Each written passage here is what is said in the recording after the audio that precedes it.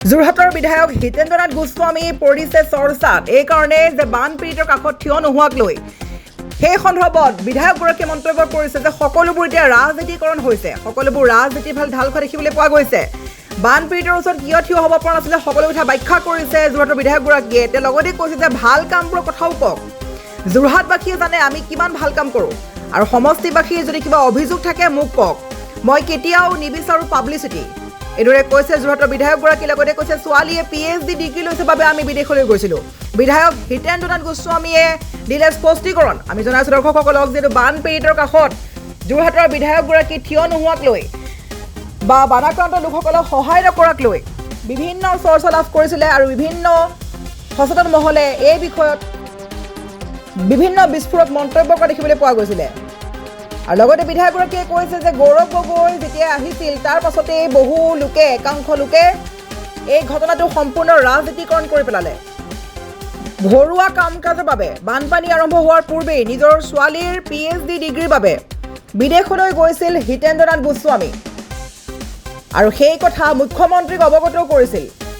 কিন্তু তাৰ পিছতে একাংশই যোৰহাটৰ বিধায়কগৰাকীক লৈ কৰিছিল চৰ্চা এইধৰণে কৰিছিল যে বানাক্ৰান্ত লোকৰ কাষত থিয় দিয়া নাই যোৰহাটৰ বিধায়কগৰাকীয়ে। যোৰহাটৰ বিধায়কগৰাকী ক'ত গ'ল? যোৰহাটত অতি ভয়াৱহ বান পৰিস্থিতি, তেনে সময়ত যোৰহাটৰ বিধায়কগৰাকীক দেখিবলৈ পোৱা নাই। বানাক্ৰান্তৰ কাষত থিয় দিয়াৰ পৰিৱৰ্তে বিদেশ ভ্ৰমণ কৰিছে বুলি তেওঁলোকৰ পৰিয়ালৰ ফটো সৈতে বহুতে শ্বেয়াৰ কৰিছিল। আৰু অৱশেষত যোৰহাট আহি সকলো স্পষ্টীকৰণ দিলে বিধায়কগৰাকীয়ে। লগতে বিধায়কগৰাকীয়ে ক'লে যে সকলোবোৰ এতিয়া ৰাজনীতিকৰণ হৈছে, সকলোবোৰ এতিয়া পলিটিক্সৰ ফালে ঢাল খুৱাই দিছে একাংশই। ভাল কামবোৰৰ কথাও কওক, যোৰহাটবাসীয়ে জানে আমি কিমান ভাল কাম কৰিছোঁ। যদি যোৰহাটবাসীৰ মনত কিবা বেয়া আঘাত কৰিছোঁ, যদি বেয়া কাম কৰিছোঁ, যদি কিবা সমষ্টিবাসীৰ অভিযোগ আছে তেন্তে আমাক জনাওক।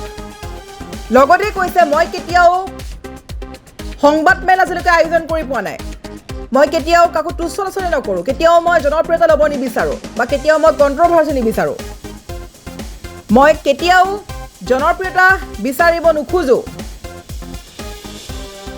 ছোৱালীয়ে PhD ডিগ্ৰী লৈছে বাবে আমি বিদেশলৈ গৈছিলোঁ আৰু সেই কথা খুদ মুখ্যমন্ত্ৰীক অৱগত কৰিছিলোঁ। আৰু তাকে লৈ এতিয়া একাংশই সামাজিক মাধ্যমত তোলা ধুনা কৰিছে যোৰহাটৰ বিধায়কগৰাকীক, বিভিন্ন ভাষাত চৰ্চা লাভ কৰিছে।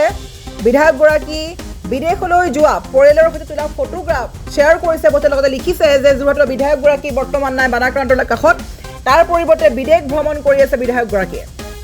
আৰু তাৰ পাছতে এই মন্তব্যৰ স্পষ্টীকৰণ দিয়া দেখিবলৈ পোৱা গৈছে যোৰহাটৰ বিধায়ক হিতেন্দ্ৰনাথ গোস্বামীৰ। যোৰহাটৰ বিধায়কগৰাকীয়ে কোৱা মন্তব্য আছে, সাংবাদিকক কি মন্তব্য কৰিছিলে এই মন্তব্য প্ৰথমে শুনক। এইটো পলিটিকেল হৈ গ'ল। প্ৰথম 2-3 দিন একো নাই হোৱা। গৌৰৱ গগৈ ডাঙৰ অহাৰ পিছদিনাৰ পৰা হ'ল।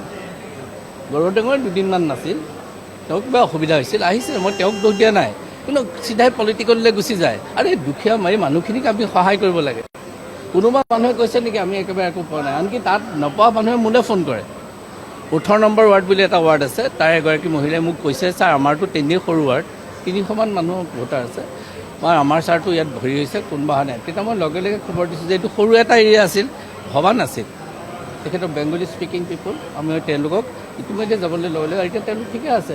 গতিকে আমাৰ কথা হৈছে আজিকালি কমিউনিকেশ্যন, মই আহিবলৈও ইচ্ছা আছিল, নথকা নহয়, কিন্তু মই কৈছোঁ মোৰ পৰিয়ালৰ লগত একেলগে ঘূৰি আহিব লাগিব, টিকেটৰ মূল্যটো বহুত বেছি হৈছিল। সেইকাৰণে মই দেখিলোঁ, মোক তেতিয়া ইয়াৰ পৰাও ক'লে, DC ডাঙৰীৰ লগতো মই কথা পাতিছোঁ চবৰ লগতে, মানে তেওঁলোকে কৈছে ছাৰ ঠিকে আছে, কিবা অসুবিধা হ'লে আমি আপোনাক লগে লগে জনাম। মই আপোনাক বাৰ বাৰ কৈছোঁ একাকাৰ শব্দ নক'ব, ভাল কাম কৰাৰ কথা ক'ব।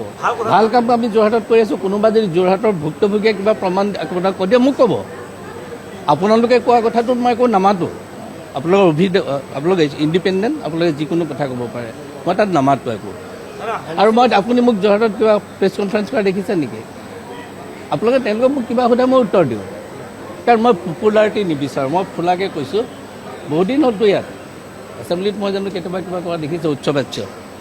যিহেতু এইটো সময়ত মই নাছিলোঁ, মই বাহিৰলৈ গৈছিলোঁ, আমাৰ এটা মোৰ ঘৰুৱা এটা সমস্যা লৈয়ে গৈছিলোঁ। সমস্যা বুলি নকওঁ, ঘৰুৱা এটা ভাল মানে আমাৰ এটা ঘটনা ঘটিছিল মোৰ পৰিয়ালত। মোৰ ছোৱালীয়ে PhD পাইছিল আৰু তাই এডিনবৰা ইউনিভাৰ্চিটিৰ পৰা পাইছিল। মই এনেই তেনেকৈ যাব পৰা নাছিলোঁ আগতে, কিন্তু যিহেতু কনভকেশ্যনটো হ'ব যেতিয়া মই কাইলৈ যাম বুলি কৈছিলোঁ, আমি গৈছিলোঁ, পৰিয়াল গৈছিলোঁ। আৰু আনফৰ্চুনেটলি যোৱাৰ পাছতে মই যোৱাৰ আগতে আমি ইয়াত মই মাননীয় মুখ্যমন্ত্ৰী আৰু স্পীকাৰকো কৈছিলোঁ যে মই কেইটামান দিন মই প্ৰথম পাৰ্টটো মই থাকিব নোৱাৰিম, অসুবিধা এটা হ'ব। আৰু এইখন যিহেতু ফাৰ্ষ্ট এছেম্বলি ছেশ্যন, আৰু মই মোৰ এইটো 6 নম্বৰ ভোট কৰোঁ এছেম্বলি, তো ফাৰ্ষ্ট এছেম্বলি ছেশ্যনটো ফৰ দ্য নিউ কামাৰ্ছ। প্ৰথমতে এই যিটো সময় তেওঁলোকে এছেম্বলিৰ বিষয়ে গম পাব, কেনেকৈ পাব। আগতে ভোট টেকিং হৈছিল, ইয়াত গোটেই কথাখিনি এইবাৰ আহিব, আৰু সেইকাৰণে নিউ জেনেৰেশ্যনক আমি কথা বা তেনেকুৱা সুবিধা এটা আছে। আৰু এইটো এটা ভাল প্ৰথম ছেশ্যনটো সদায় ভাল ছেশ্যনেই হ'ব, আৰু এতিয়াও হৈছে নিশ্চয়। কিন্তু আনফৰ্চুনেটলি মই সেইকাৰণে ইমান ভবা নাছিলোঁ, মই ছেকেণ্ড ফেজটোত থাকিম বুলি ভাবিছিলোঁ, সেইকাৰণে আহিছিলোঁ।